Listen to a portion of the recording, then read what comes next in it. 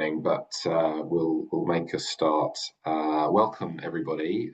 Thank you so much for spending an hour with us this afternoon for us to give you an update on the process that Access is going through to consult on our plans now that the government has published its Dormant Assets Strategy and indicated that £87.5 million will flow from the next allocation of dormant assets to social investment via Access. Just to introduce myself and my colleagues, my name's Seb, I'm the Chief Executive of Access. I'm joined by Helena Tugsworth, who is Head of Blended Finance at Access, and Neil Berry, who is Director of Programmes. And so the structure of our time together between now and 3 o'clock, we're going to begin with a presentation about the investment approach on which we are consulting. So we'll do a little bit of brief background about Access, dormant assets, and the funding that has now been earmarked for Access, and the Community Enterprise Growth Plan, which underpins our approach. We'll talk a little bit about the consultation process itself and how to get involved, and then most of the time we're presenting will be for us to detail that investment approach, what we plan to fund and how, and then we will have time to respond to Q&A. So for those of you who may not be familiar with Zoom's webinar format, the chat has been disabled because we would rather use the Q&A function, which allows you to post questions. You can choose to do so anonymously if you wish, and that will allow us to kind of group those questions together to try and answer as many of those as possible. We can also work away at typing answers to some of those questions as well as respond to them verbally during the webinar as well. So we'll go through the presentation and then we'll do Q&A afterwards. But at any point, do please post questions using the Q&A function in the webinar, and we will be able to respond to those, or as many of those as we can before 3 o'clock. If we're not able to get to them, we will, of course, still gather the questions, gather the input as part of the consultation process itself. So I hope that's okay in terms of structure. So I'm going to kick off with a bit of background, and then Helena and Neil are going to Access is a foundation that exists to make social investment work better for charities and social enterprises, so that more organisations can access the finance and support they need and ultimately reach more people. It's crucial to say at this stage Access is a wholesaler, so we do not fund charities and social enterprises directly. Rather, we fund and partner with a wide range of different social investors, social investment funds, other enterprise support organisations, and infrastructure organisations. So if you are yourselves joining today from a charity or social enterprise seeking to access finance, then you're very welcome, and your input will be very much appreciated in this conversation. But the investment approach that we are discussing is specifically designed for social investment funds, other intermediaries, infrastructure organisations that may deliver programmes in partnership with Access to respond to. And if you are seeking finance, investment support at this stage, then we'd very much encourage you to look at goodfinance.org.uk as the best overall resource for all that the social investment ecosystem can offer. And obviously it will take some time for the funds made available through this new allocation of dormant assets to be distributed to charities and social enterprises. Also important to say that we deliver our impact across England, and the organisations that ultimately are supported through this funding need to be delivering all or the vast majority of their impact within England. That's because dormant assets is a devolved policy area. Wales, Scotland, Northern Ireland have their own dormant asset programmes, and so that's very much the remit that we're focused on here. And worth noting that Access has already received £83 million through the Dormant Assets Scheme since 2019, and due to receive another 87.5 million as announced in the government's Dormant Assets Strategy about 10 days ago. Historically, we've also been funded through a £60 million spend down endowment given directly to us from government in 2015, which has funded most of our capacity building work, and the future allocation of 87.5 million will fund both the blended finance work and capacity building work going forward.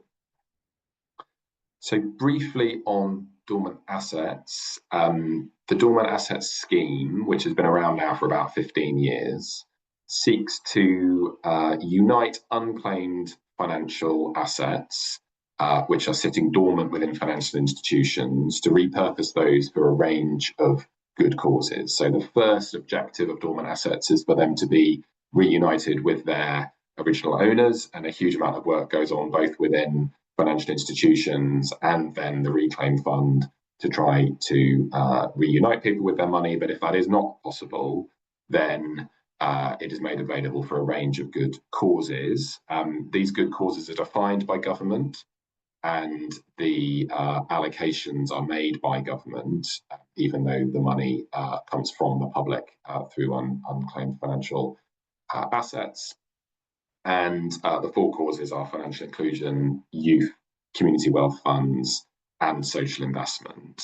And within that social investment bucket, the money flows to one of two wholesalers who are set up to deliver money through the Dormant Asset Scheme. Those are Better Society Capital, our sister organisation, and Access. And historically, we've both received money through the scheme, but this most recent allocation of 87.5 million will all flow via Access. And it's important to note and thank Better Society Capital's support throughout the process in ensuring that outcome.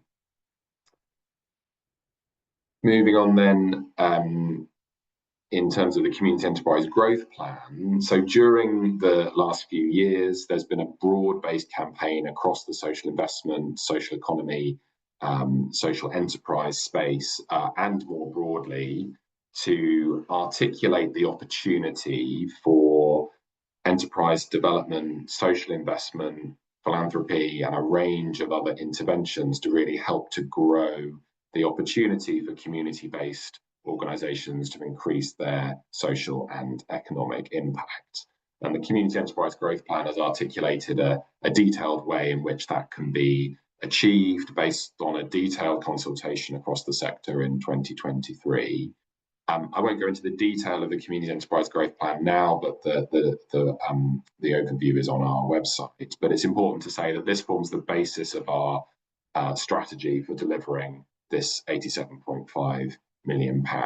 This allocation won't deliver the whole of the ambition of the Community Enterprise Growth Plan, but aims to contribute towards it and seeks to inspire leverage that can further achieve the aims of the Community Enterprise Growth Plan.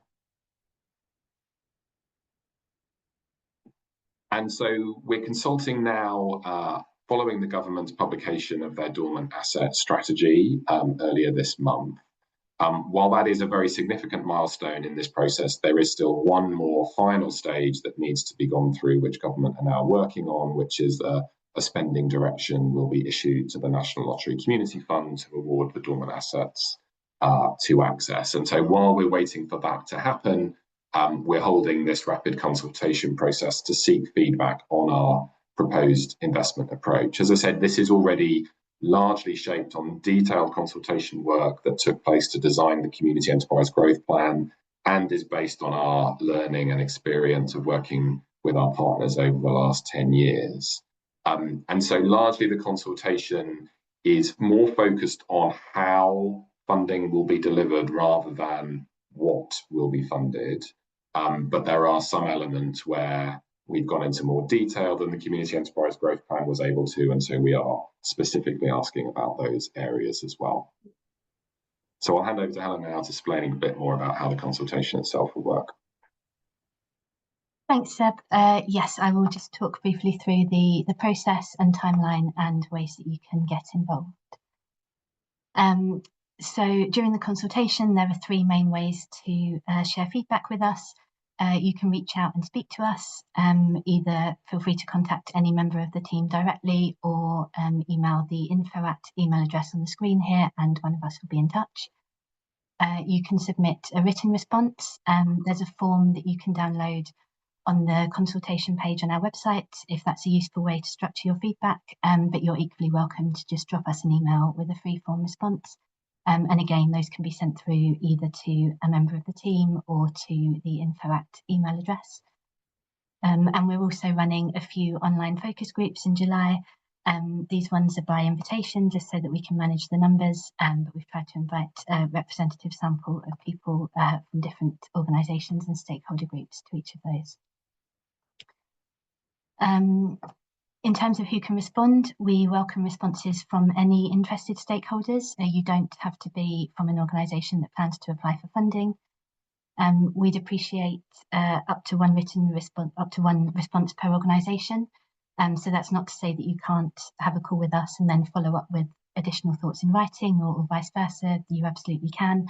But we'd be grateful if you could limit your requests for calls with us to one per organisation, just because we're a small team and we're keen to speak to as many organisations as we can during this process. We've published the investment approach so that you can tell us what you agree with or disagree with. So if you want to have a look at that, or at the parts that are relevant to you before you reach out for a call, that would be really helpful. But we'll also talk through the headlines of that today on this webinar. And when you're providing feedback, there's no need to comment on everything, but obviously if there are things that you strongly disagree with or that you think we need to consider further, then please do tell us. But equally, if there are things that you strongly agree with and that you don't want us to change, please tell us that too, because when at the end of the consultation process, when we'll consolidate all of the feedback, we'll then hopefully get a good sense of what respondents' overall views are, and then we can make decisions accordingly. So the paragraphs in the investment approach are numbered in case you want to comment on specific things when you feedback to us, but you don't have to use that. You're equally welcome to use to just share kind of general overarching comments. And then lastly, but really importantly, please do feel able to be completely honest with us. If there are things that you think we've got wrong, please tell us. And hopefully it goes without saying, but nothing that you share in terms of critical feedback on any of this will be held against you in any way, if or when you apply for funding in the future. In terms of the consultation timeline, we launched the consultation at the beginning of June, the day after the government published their Dormant Assets Strategy, and the consultation will run through to the 15th of July. And throughout that period, we are available for phone calls, and written responses can also be submitted at any time during this period. And then in terms of what will happen after the consultation comes to an end, in the weeks that follow, we will publish a consultation response, which will summarise the feedback that we've received and the main decisions that we've taken as a result. We'll publish an investment policy, which will be based on the investment approach that we've published for consultation, but that will obviously incorporate any changes that we make as a result of your feedback during this process. And then we'll also share application forms and guidance so that you have the resources that you need when you want to apply. And during those weeks, as Seb mentioned, we will also aim to complete all the upstream processes as promptly as we can. If there are any delays that are beyond our control, we will keep you informed. So if you have any questions about the process, please do pop them in the chat, and we'll try to answer those at the end. But for now, I will hand over to Neil to start talking through the investment approach. Thanks, Helena. So for the rest of the presentation, we'll talk through the headlines of 5 different sections. The 5 sections will appear on the screen any moment. And the investment approach document contains more detail on these sections than we'll talk through now. So this will provide an overview to hopefully help you navigate the investment approach document where you can read more detail on anything that interests you or that you might want to share feedback on during the consultation. Some of the following slides have yellow boxes. Where you see these, they just reference the relevant pages in the full version of the investment approach document for your reference. And two other things just to flag before we start on the detail. Firstly, a reminder, this is still a consultation. So wherever we lapse into language such as we plan to, we intend to, please do remember we are open to views and alternative suggestions on most things. So if we use that language, it doesn't mean it's fixed, it's just how we're setting things out. Secondly, a reminder that the Community Enterprise Growth Plan that Seb's referenced originally made a case for £200 million of investment in this 4-year period. So the 87.5 million we were awarded is obviously substantially less than this. So we know we'll face significant demand on the pot, and we're aware that many, if not all of the areas we're setting out to support have more limited budget than people would like. So the first area is one of the types of activities is about the types of activity we intend to support. So we'll spend more time on this section than the others, which will be covered more rapidly. The diagram on screen now is in the investment approach document on page 9. We'll keep referring back to this throughout as we walk through the different areas. First on this screen, we wanted to be as transparent as possible throughout this document and today.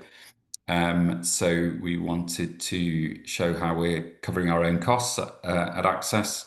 Access has always been quite a small organisation, and while this new injection of funds, which comes in addition to almost 150 million that we're already managing, it will see us grow a little. We do still intend to stay as small as possible to ensure that funds flow where they're needed. But this shows we intend to retain 3.5 million of the amount for our costs. So that represents around 1% of the total of new funds coming to us per annum.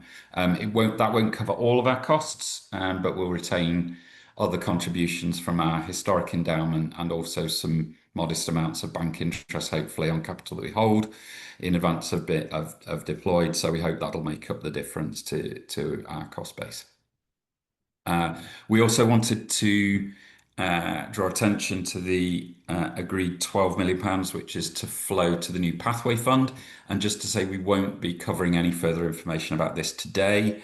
As the text on the screen here outlines, Pathway Fund is progressing its own strategy at the moment and its priorities, and it'll launch those later this year. So they will continue separately to engage with the sector on that element. And then after those two amounts are set aside, the remaining figure of 72 million is what our consultation is actually related to. And it's the amount that we refer to when we refer to our single pot approach throughout the document. The indicative amounts in the various boxes on the right-hand side of the screen here are just that, they're indicative. And we intend to have a more flexible set of allocations than is kind of set out here, and also deployed through a unified and a rolling process rather than having individual programmatic call-outs on these different elements. So that means that applicants will be able to submit a single application to cover multiple themes if they wish to do that. It is possible that from time to time we might still want to pursue certain specific themes at certain points, which might lend themselves better to a specific call for proposals, but it's not something in general that we're intending to do. We're going to try and stick to that single pot approach where we can. So in a bit more detail on these different areas, we'll start with the orange areas, which is about access to finance and the provision of finance to charities and social enterprises. The categories in orange shown in the pie chart is where we expect the largest proportion of funding to flow, even before the pathway allocation, which will also be providing finance. So it's where the majority of the money goes. And the next slide demonstrates, has a diagram that reflects our acknowledgement that there are various different stages and things we need to think about putting in place for our sector to thrive. So we want to ensure that the new influx of dormant assets finance can be used to facilitate a quite broad spectrum of enterprise growth needs for charities and social enterprises. So although we don't intend to support the kind of generic early stage awareness raising or market building activity that are reflected above that dotted blue line on the graph, we do expect to try and facilitate finance and support for organisations who are on a definite enterprise journey, even if they're at an earlier stage of need than just would previously have been provided through our blended finance programs. So I mean, this is consistent with the agreed community enterprise growth plan. It's what that envisaged, but that plan did still envisage a majority focus on social investment products. Obviously, that remains Access's core mission and mandate. So we imagine the majority of finance and activity would remain in the bottom two areas on this diagram. And going further into this diagram, so as said, we are interested in extending the amount of enterprise grant making that's happening in England to complement the provision of social investment, because we recognise that the business models of a lot of organisations, and particularly those that are most disconnected from the market, they're often too emergent, too uncertain, too risky to make strong repayable investment propositions. So providing investment in the form of non-repayable finance may be the answer in such cases. It may also have the effect of boosting future investability, but that outcome isn't always expected to be an explicit aim of providing the enterprise grant finance. We'd assume that any finance at this stage, enterprise grants, would be at the smaller end compared to our other activity. So perhaps something like a maximum of £40,000 per enterprise grant. So much lower than the blended finance we support, where the average investment is around 80,000 and a range up to 300,000 beyond that figure. So yes, a smaller amounts, and for some purposes, such as testing a brand new enterprise idea, we might generally expect even smaller amounts than that. But a key thing to really flag in terms of people hoping to deliver enterprise grants, we would still see these as investments. We would want awards under this kind of finance to be assessed and approved with an investment mindset. So, we would expect finance at this stage to be quite speculative often, but the kind of financial projections, the potential to grow and sustain both revenues and impacts, we'd expect to be assessed with the kind of similar rigor to what a social investor would undertake if they were providing a fully repayable product. We also have here a slide to cover investment readiness. We're talking here about provision of finance, and we'll come back to this and come back to REACH in the next section because it's relating to provision of support, but obviously this straddles kind of finance and support because it can be provided as grants.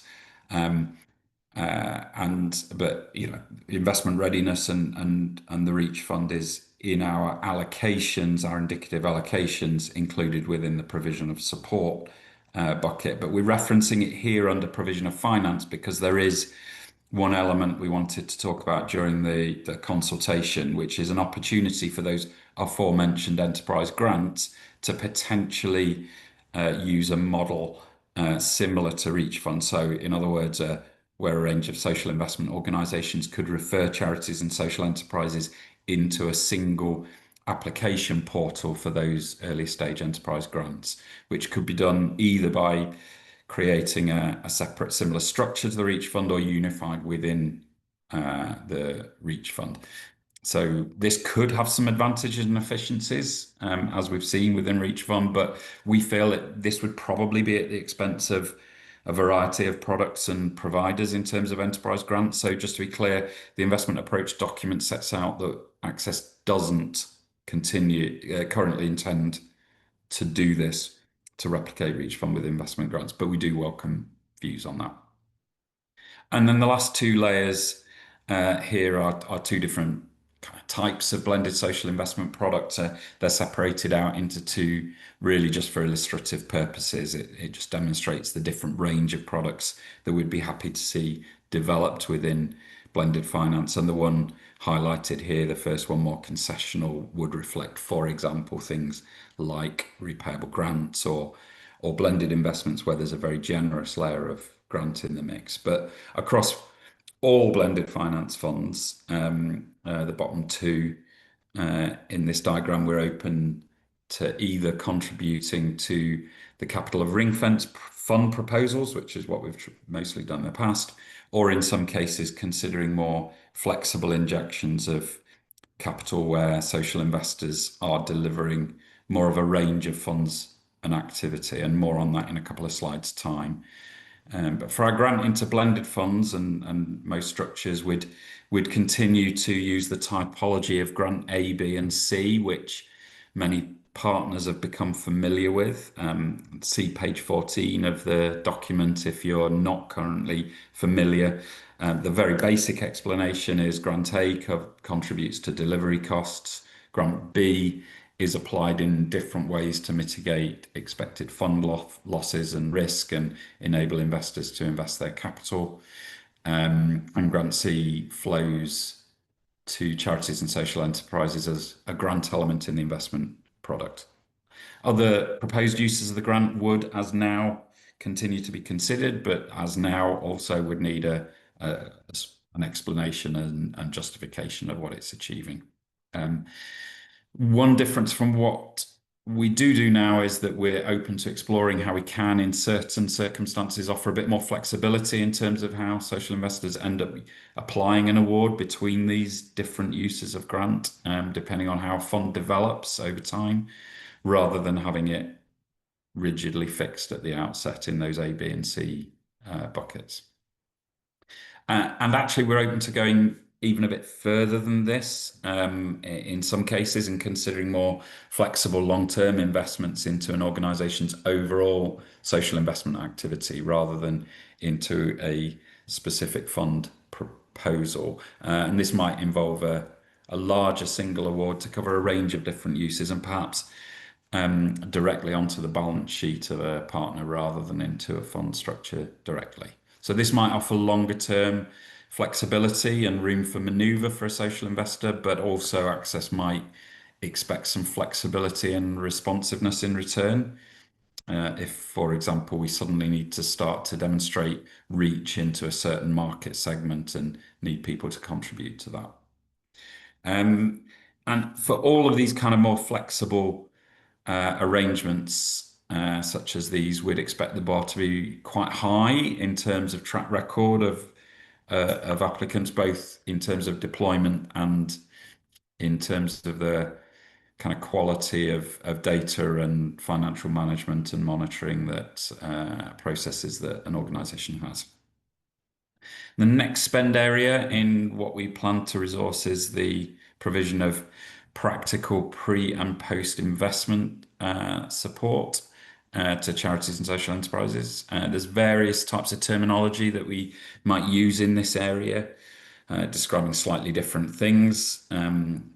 But all of these that are on screen now, they all relate in some way to boosting the ability of organizations to plan, to build their capability and resilience and their capacity to take on finance of different types. The most important thing to note here is that we wouldn't generally expect to fund a lot of standalone capacity building and support program activity.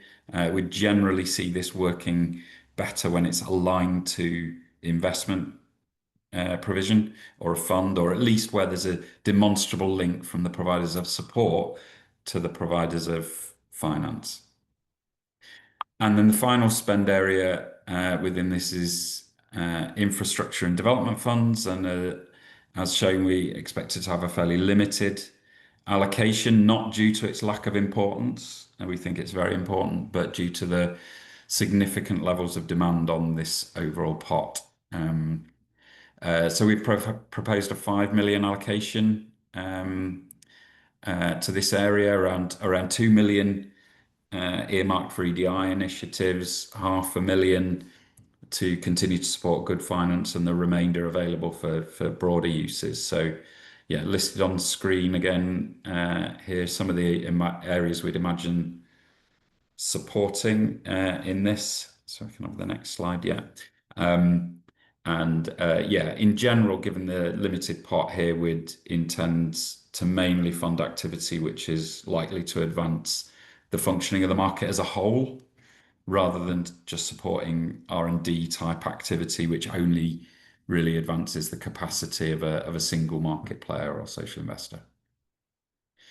And then the next screen, I'm not going to read these out, I'll just leave them up for you to read, but regardless of what spend area it is, the provision of finance, of support, the infrastructure development, there's certain things that will we'd expect to apply across every area, and these are set out in the document. And then finally, before I hand back to Helena, in terms of spend areas, just a couple of things to note on what we'll spend money on. Firstly, with the announcement, we need to demonstrate that 12.5 million at least has been deployed in support of youth outcomes. So we plan not to have a standalone program on this. We think we'll achieve this in aggregate across all of our activity, and we imagine we'll have some proposals which won't make any contribution to this at all, some which will naturally make some contribution as part of generic funds, and then perhaps some which may focus more strongly on this as a thematic area. And then secondly, to flag that we expect to achieve at least a pound for pound leverage on all types of finance, including enterprise grant activity. To answer a question that came in the chat before, no, this wouldn't apply to Reach Fund, just the provision of finance through enterprise grants and blended finance, the leverage. And we know this is a difficult area, particularly leveraging against enterprise grants. We expect it might be done more at a wholesale level rather than a delivery partners having to raise it. But we particularly welcome thoughts on this within consultation responses. So that's it from me. Back over to Helena. Thanks, Neil. Yes, so Neil's covered the lengthier section of the investment approach, and I will now just share some headlines from the other 4 sections, starting with how we plan to allocate the available resource, which is set out in more detail in section 6 of our investment approach. So one aspect to this is timing, as in the time frame over which we expect to make commitments. So the dormant assets money that we're receiving needs to last for 4 years. So rather than commit it all up front, we have proposed a gradual commitment over the 4 years, as shown in the diagram here, so that the resource can be made available to different organisations when you need it, rather than everybody feeling like they have to rush to submit a proposal all at once. However, we are assuming that there would need to be an element of front loading to this in year 1, because we know that there is a lot of pent-up demand for money following the delays in getting to this stage. So we've tried to strike a balance here, but we welcome views during the consultation on whether this proposed staggered approach looks like it would be helpful to applicants, or whether you perceive any kind of unhelpful implications from it. A couple of things just to clarify on this. So we're assuming one rolling application period throughout these 4 years, rather than having specific application windows. These percentages that we've indicated that we might commit each year, these are intended to be approximate, and it would be up to approximately this amount. Obviously, if we get less demand in year 1 than we expect, then we might commit less. And also these timings are about when Access commits money to our partners, not when those partners then draw down and deploy the money to charities and social enterprises. The timeline for that will likely be spread more evenly across the 4 years, and perhaps beyond as well. And the other aspect to how we'll commit the funding is the single pot approach and the spend areas that Neil's already outlined, so I won't go through that again here. The next section is who we will fund, and this is set out in more detail in section 7 of the investment approach. But the headlines are that we're open to working with delivery partners of any legal form, and that's consistent with our current approach. We're expecting that the majority of resource will flow to organisations with a substantial track record. That's not to say that new entrants can't apply, they absolutely can, but with the high level of demand that we expect, any new entrants would need to be able to demonstrate what niche or gap that they could fill that isn't already being served, which could, for example, be around reaching particular underserved markets.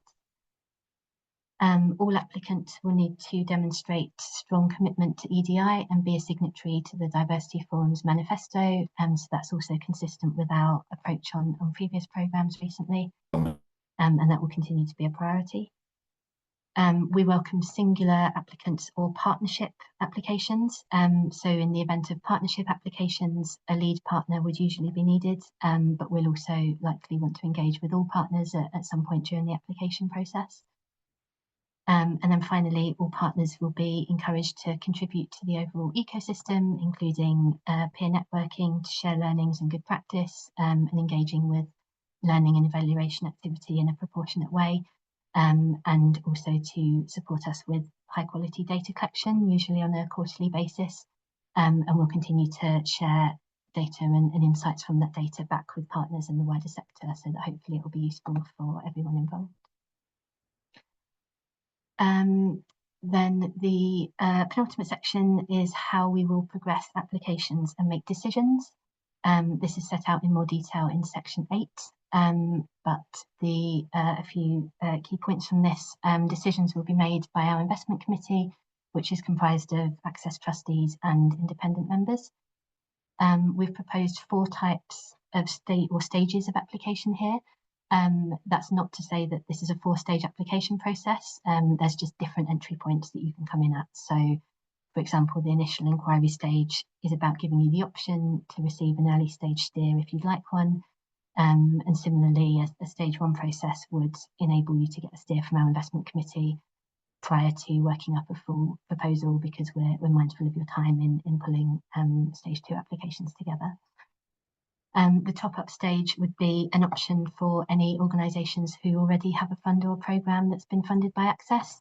So if you want to apply for more money to extend that, it would be a much lighter touch application, recognising that you'll have already been through a stage 2 process previously.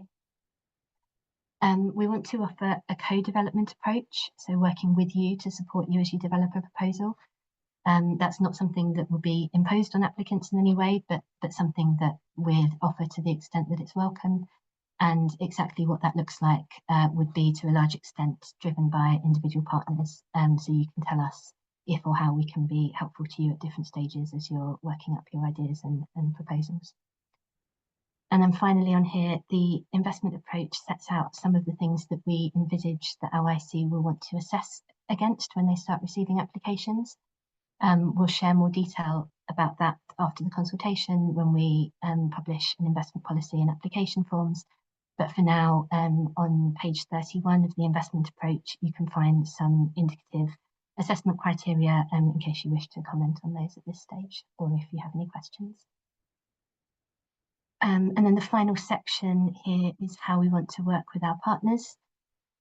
So as we outline in section 9 of the investment approach, we want to take a relationship-based approach, allowing for open dialogue at all stages, including the co-development approach that I mentioned previously. We want to be trust-based and flexible where we can. There will be some restrictions on how flexible we can be on certain aspects. Obviously, we need to abide by the Dormant Assets restrictions and stick to the Community Enterprise Growth Plan.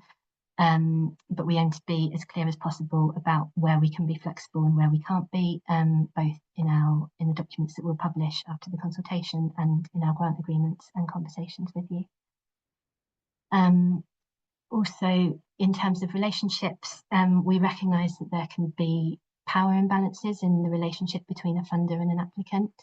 And we aspire to have relationships and processes that enable you to feel comfortable to challenge us if you feel that we're ever falling short on the aspirations that we have around things like flexibility, communication, relationships, both during the application process and the delivery of this funding. And then finally, there's one other thing that's covered in section 9, which is the potential for residual funds, sometimes called residual grant, in blended finance fund structures, which is defined here on the screen. So as with our approach on more recent programmes in the past, it's our assumption that any residual funds would, in most cases, be able to be retained and repurposed by the partner, with some limited restrictions if necessary to ensure that those continue to be used in line with our charitable objectives and social investment, and that no private benefit would accrue. So that's it from me in terms of our overview of the investment approach. I will hand back to Seb to sum up where we are. Helena, thank you. Thank you for those of you who've already put questions in the Q&A. We're going to come to those in just a moment. So key takeaways from what you've heard from Neil and Helena. The investment approach sets out our plans around what we expect to fund and how. And so the whole document really is the subject of the consultation. So you'll see that the feedback we're looking for is really along the lines of, what are the areas you agree with, strongly agree with, what are the areas you question or disagree with, and seeks feedback in that way. So we haven't posed very specific questions, but rather put the whole investment approach forward as to be consulted on in that way. Consultation is open now. Deadline is noon on Tuesday, the 15th of July. And as we've heard, welcome responses, either written or conversations with the team. We've provided a template for those responses if you would rather write them, but it's not mandatory you use that. And just reach out to info@access-si.org.uk or any member of the team if you already have a relationship with someone in the team. We hope to open applications in mid to late August, but as Helena has mentioned, this is dependent on some upstream processes with government that are beyond our control, and some of those will need to be concluded before we can start making commitments. So thank you so much for listening, and we'll come to the Q&A. We'll turn the slides off at this point and pick out some questions. Do please keep using the Q&A function. One of those Neil's already answered in relation to the REACH fund. There's a question here in relation to when the Pathway Fund would begin activity, and I think colleagues from the Pathway Fund, Neil, have given you a response on that one. Yeah, thanks. The question was the slide said that Pathway would be coming back and talking to the sector with a kind of strategy and processes towards the end of Q3, and there was a question whether Q3 meant calendar or financial year. So yes, Q3 means end of Q3 would mean September. So it's calendar year, although it might be a little beyond that into Q4, October to December. Thank you. We've got a question here. If applications open at the end of August, when would Access expect the first investment committee meeting to consider those applications? I'm happy to take this one. So we're aware that some people are ready to go and keen for this to happen quickly. So we'll do our best to enable that. As soon as we've published the application processes, we'll try and get a date in the diary for our first investment committee within a few weeks of that, or even a couple of weeks after that, because we know that particularly with top-up applications and things like that, some of you will want to move very quickly. So we'll do our best to enable you to do that if you want to. Thank you, Helena. So we had one question on co-financing in relation to the REACH fund, and there's another question here. Would co-financing be required for enterprise capacity building? Neil, I think I'll pass that on to you. Yeah, sure. So demonstrating the advantage of the numbering system in our investment approach document, I will refer the questioner to section 3.9, which does cover this, and which says that yes, in general, we would hope to see leverage and matching finance for capacity building. as well. We know it might be a bit more difficult, and we wouldn't necessarily expect it in all cases. But similarly, as we said before, we wouldn't necessarily imagining just funding standalone capacity building and enterprise support activity, and it would kind of might more likely be built into the overall structure of a wider program, which is why we think that it might be within that wider program that there's overall kind of matching finance coming in. And I'm going to go to another question around match while we stick with that theme, Neil, if that's okay. So would applicants have to secure the 50-50 match in advance of an allocation from Access or throughout a 4-year period, for example? Yeah.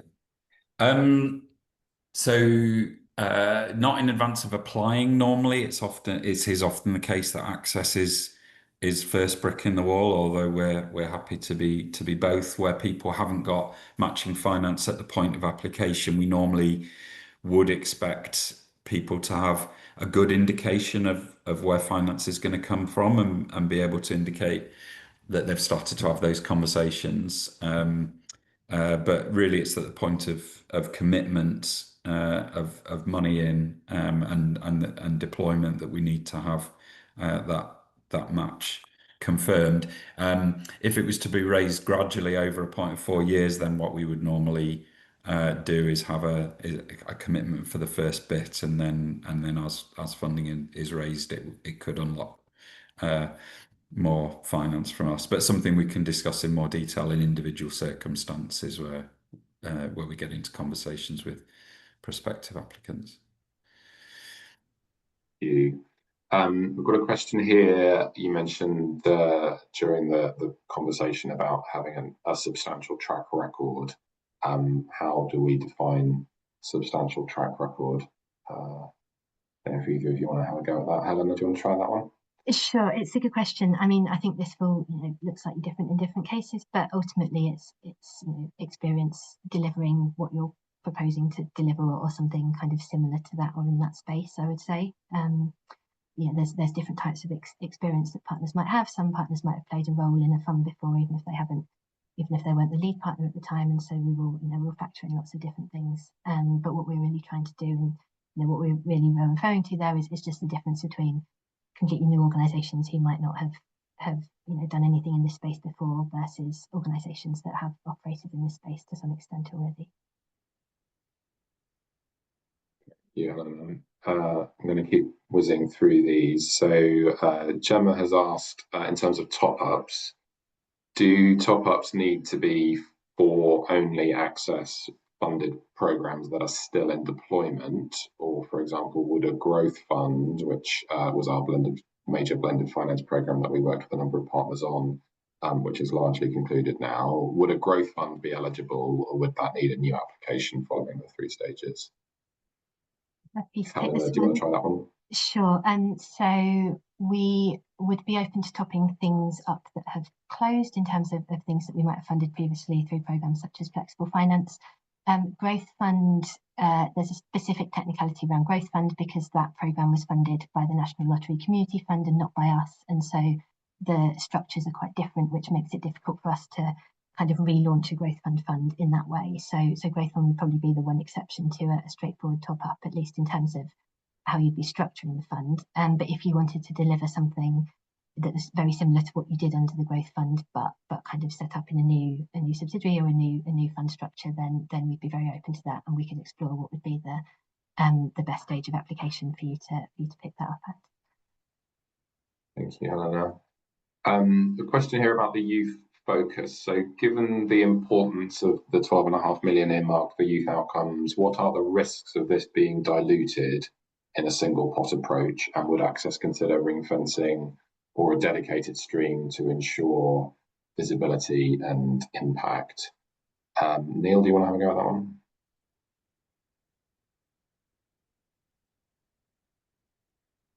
You're on mute, Neil. Sorry, thanks.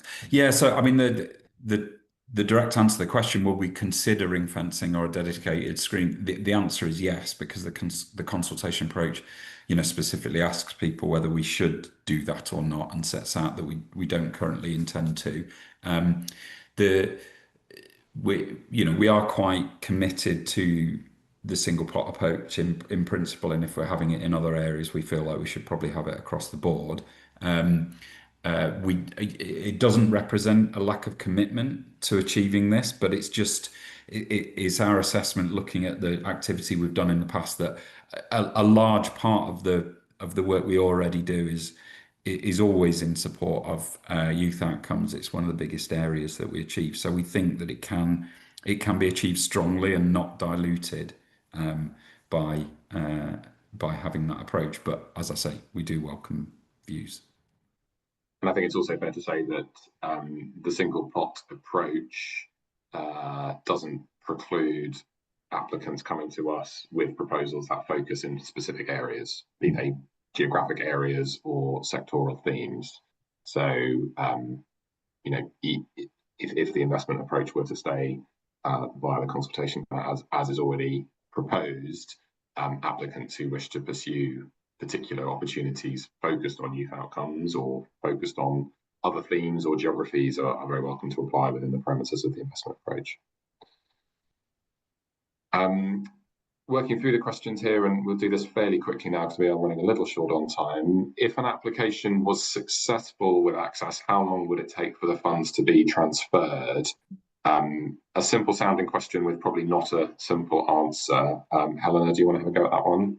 Sure. So this looks different in different cases. The main things that would happen after we approve a funding application is that the applicant would then go and finish raising co-investment if they hadn't already done so, and then we would need to enter into a grant agreement with the partner. And in terms of both of those things happening, they tend to be more driven by the timelines of the partner rather than us. So we will of course look to move as rapidly as you would like to. But we recognise that kind of funding, raising co-investment can take a little bit of time in some cases, and that you'll want to have time to read through and negotiate grant agreements with us. So I think the main answer to that question is it depends on how quickly you want to or are able to move. And may also depend on the structure of the programme, and in many cases funds are actually drawn down over quite a long period of time, depending on distribution out to charities and social enterprises. So while commitments are able to be clear in order for match fundraising to take place, the actual drawdown of cash is a more variable pattern depending on the nature and structure of the programme. Another question here around different uses of funds. So if to check, we could apply for funds to develop a new blended fund from the £26 million pot. Could we also apply for a grant to build in a capacity building programme specific to the fund? I think that's quite simply yes. That would be very much the sort of the nature of what we're saying through the single pot approach. Do Access plan to maintain the same upper limits that an investor can provide to an investee in terms of deal size? So yes and no. So no, there will be more flexibility around this. Some of our individual programmes in the past have had specific limits which won't apply to this. We'll be looking to applicants when you set out what you're proposing to do to tell us kind of roughly what the range of investment size you propose to make is. And overall, we will continue to focus on the smaller end of the market. So we don't expect to be subsidising kind of huge investments. We're very much about the small end of the market, but it will be less prescribed than it has been on previous programmes. Question from John Murray here. What is the breakdown of funding purpose for the £26 million blended finance funds? I'm afraid I'm not personally entirely sure I understand that question, but I don't know if one of my colleagues feels they do. John, very welcome to provide a bit more detail in another question, if that would be okay. While you do that, I'll just move on to the next one. Is there any support for the community share market, or to promote the success of new community share offers? Neil, I'll send that one to you. We're not setting out an intention to support any particular part of the market or another, but we're open to proposals that support that part of the market. John, thank you for coming back. So I think your question is more relating to sort of sectoral focuses. So would, for example, we focus some on youth, some on cost of living, as we have done previously, some on green or enterprise finance. Who wants to answer that one? So I think the quick answer to this is beyond the youth focus. We don't have any other kind of sector requirements or any other kind of ring fencing within that at the moment, other than the fact that we want to fund a range of different things as we've done in the past. Afraid we've reached time. There are a few more questions that we haven't unfortunately got round to, but we will find a way to share responses to those. Yes, there's a consultation page on our website. Please do keep an eye on that, and we will update it with a FAQs document where we will answer anything that we haven't managed to answer today. And a question about sharing the slides. So this webinar has been recorded, and we'll also be posting the link on the same site. Helena, is that right? Yes, absolutely. Yeah, and we can put the slides there as well, if that would be helpful. So respecting all of your time, thank you so much for engaging in this afternoon's webinar. Very much appreciate the questions, helpful feedback as always, and please do respond to the consultation, reach out to Access colleagues, and let us know if you have any further questions. Thank you so much and have a great afternoon. Thank you, everyone. Thank you.